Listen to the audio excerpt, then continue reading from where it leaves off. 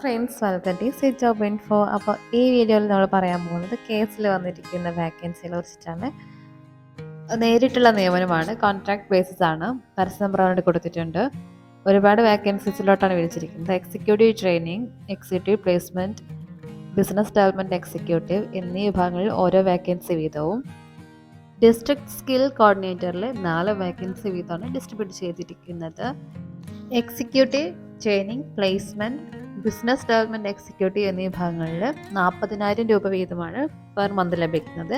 District skill കോർഡിനേറ്റർക്ക് 30,000 രൂപയാണ് per month ലഭിക്കുന്ന വേതനമായിട്ട് പറഞ്ഞിരിക്കുന്നത്. ഇനി ഈ തസ്തികയിലേക്ക് അപ്ലൈ ചെയ്യാനുള്ള പ്രായപരിധിയായിട്ട് പറഞ്ഞിരിക്കുന്നത് 25 വയസ്സ് മുതൽ 40 വയസ്സ് വരെയുള്ളവർക്കാണ്. ഇനി നമുക്ക് ക്വാളിഫിക്കേഷൻ നോക്കാം. ട്രെയിനിങ് എക്സിക്യൂട്ടീവിന് ക്വാളിഫിക്കേഷൻ MBA അല്ലെങ്കിൽ MSW അല്ലെങ്കിൽ ഗ്രാജുവേഷൻ ഇൻ എഞ്ചിനീയറിംഗിലായിരിക്കും. എനി ഫീൽഡ് നോക്കാം. 60% മാർക്കാണ് പറഞ്ഞിരിക്കുന്നത്. എക്സ്പീരിയൻസും ഇവിടെ ചോദിച്ചിട്ടുണ്ട്. 1 ഇയർ എക്സ്പീരിയൻസ് മസ്റ്റാണ്. പ്ലേസ്മെൻറ്റ് എക്സിക്യൂട്ടീവ് തസ്തികയിലേക്ക് ഫുൾ ടൈം MBA അല്ലെങ്കിൽ MSW ഗ്രാജുവേഷൻ ഇൻ എഞ്ചിനീയറിംഗിലാണ്. 60% മാർക്ക് തന്നെയാണ്. Minimum 1 year experience in HR management അല്ലെങ്കിൽ പ്ലേസ്മെൻറ്റ്സ് ഓർ സ്റ്റേക്ക് ഹോൾഡിങ്ങിലുള്ള എക്സ്പീരിയൻസ് ആണ് ചോദിച്ചിട്ടുള്ളത്.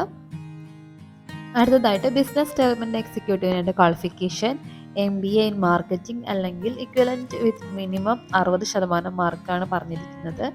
കൂടാതെ 1 year experience in skill development അല്ലെങ്കിൽ പ്രോജക്റ്റ് മാനേജ്മെൻറ്റ് അല്ലെങ്കിൽ സിമിലർ ഫീൽഡിലുള്ള എക്സ്പീരിയൻസ് ആണ് ചോദിച്ചിരിക്കുന്നത്.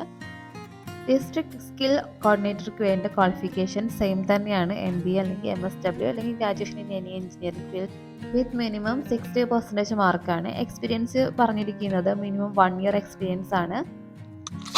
ഇനി ഈ ഒരു പോസ്റ്റിലേക്ക് അപ്ലൈ ചെയ്യുന്നതിന് ആപ്ലിക്കേഷൻ ഫീ ആവശ്യമായിട്ട് വരുന്നില്ല. സെലക്ഷൻ പ്രോസസ്സ് വരുന്നത് എഴുത്ത് പരീക്ഷയും ഒരു ഗ്രൂപ്പ് ഡിസ്കഷൻ അല്ലെങ്കിൽ പേഴ്സണൽ ഇൻ്റർവ്യൂ വഴിയായിരിക്കും. അത് കേസിൻ്റെ ഡിസിഷനിൽ വരുന്നതായിരിക്കും. ആപ്ലിക്കേഷൻ സ്റ്റാർട്ട് ചെയ്തിരിക്കുന്നത് ഓഗസ്റ്റ് 24-ാം തീയതിയാണെങ്കിലും അവസാനിക്കുന്നത് സെപ്റ്റംബർ 7-ാം തീയതിയാണ്. അപ്പോൾ ഒരുപാട് ടൈമില്ല. അപ്പോൾ എത്രയും പെട്ടെന്ന് തന്നെ അപ്ലൈ ചെയ്യുക. ഓൺലൈൻ വഴിയാണ് അപ്ലൈ ചെയ്യാൻ പറ്റുന്നത്. www.kasc.in എന്ന വെബ്സൈറ്റിൽ നിങ്ങൾക്ക് നോട്ടിഫിക്കേഷൻ അവൈലബിൾ ആണ്. അപ്പോൾ തീർച്ചയായിട്ടും കംപ്ലീറ്റ് ആയിട്ട് വായിക്കാൻ ശ്രദ്ധിക്കുക. അടുത്തൊരു വീഡിയോയിൽ അടുത്തൊരു ഇൻഫർമേഷനായിട്ട് വീണ്ടും വരാം. ഈ വീഡിയോ ഇൻഫോർമേറ്റീവ് ഉണ്ടെങ്കിൽ തീർച്ചയായിട്ടും സപ്പോർട്ട് ചെയ്യാൻ മറക്കരുത്.